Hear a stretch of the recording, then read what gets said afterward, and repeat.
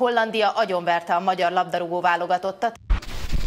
Magyarország 2, Ausztria 0! 20 éve nem neveltünk ki egyetlen egy darab tehetséget sem. Magyar sport nélkül nincs modern magyar nemzet. És amíg nincs kormányváltás, nem lesz tartósan jó magyar foci sem.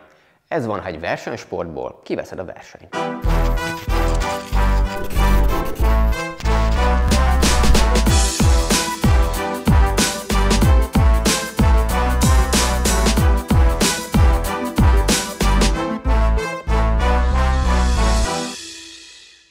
Sziasztok, én Tompos Márton vagyok, ez itt pedig az XYZ, a Momentum blogja. Abban nagyjából mindenki egyetért itthon, hogy bár az utóbbi időben voltak sikerek,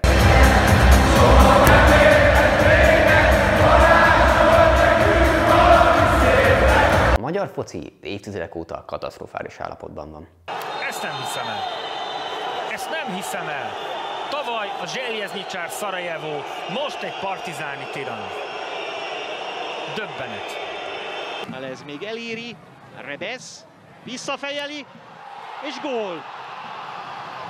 Andorra vezet Mark Rebesz fejes góljával. Az is világos, hogy a kormány és különösen a miniszterelnök számára a labdarúgásunk nagyon fontos. Ez kifejeződik közvetve A Kisvárdai stadion. Az új 67 000 fő stadion.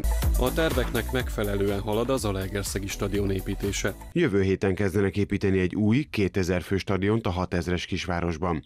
Ekkora a település és ekkora a közepén a stadion. és közvetlenül is. Az új stadiont ezennel átadom, az új Hidegkuti Nándor stadiont ezennel átadom. A Nagyerdei stadiont ezennel átadom. És szintén ez a kormány vezette be azt a rendszert, ami a magyar foci egyik legrégebbi problémáját volt hivatott megoldani, a pénztelenséget. Ez pedig a társasági adókedvezmény, azaz TAO. A TAO lényege, hogy a társasági adó fizetésére kötelezett vállalkozások adójuk egy bizonyos részét filmalkotások, előadó művészetek, majd látványcsapatsportok támogatására fordíthatják. Utóbbiak közé tartozik a foci, a kézilabda, a kosárlabda, a vízilabda és a jégkorong.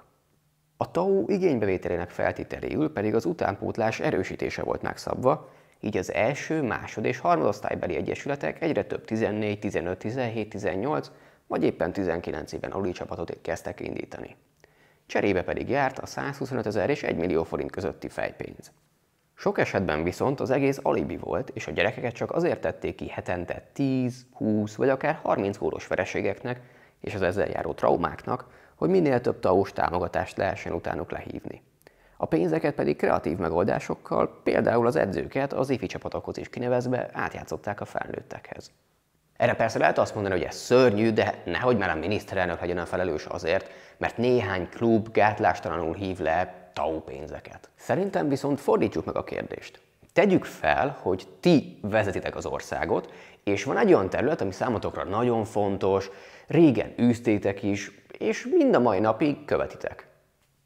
Ebben az esetben elérnétek, hogy a terület segítésére kitalált programból származó pénz nálatok landoljon? A felcsúti csapat 5 év alatt összesen 11 milliárd forintnyi úgynevezett TAO támogatást kapott. Hagynátok, hogy a terület jövőjét jelentő utánpótlás és a sportoló gyerekek kárára szétlopják az egészet? Cégek úgy adnak TAO támogatást egyesületeknek, hogy egyből vissza is kérnek belőle, és akkor nyilván az egyesületnek meg akkor az a feladat, hogy úgy túlárazza magát a projektet, hogy azért jusson is neki arra, amire egyébként a támogatást megkapta. Engednétek, hogy sokszor ne az érdemek vagy a teljesítmény, hanem a politikai érdekek alapján válasszák ki a vezetőket? Urbán a Magyar Nemzetben arról beszélt, hogy megkörnyékezték a Fidesztől, és élvonalbeli kispadot ajánlottak neki, ha cserébe nem politizál a Jobbik színeiben. Támogatnátok, hogy kinyírják a versenyt és elérjék, hogy épeszű befektető a közelébe sem menjen a dolognak?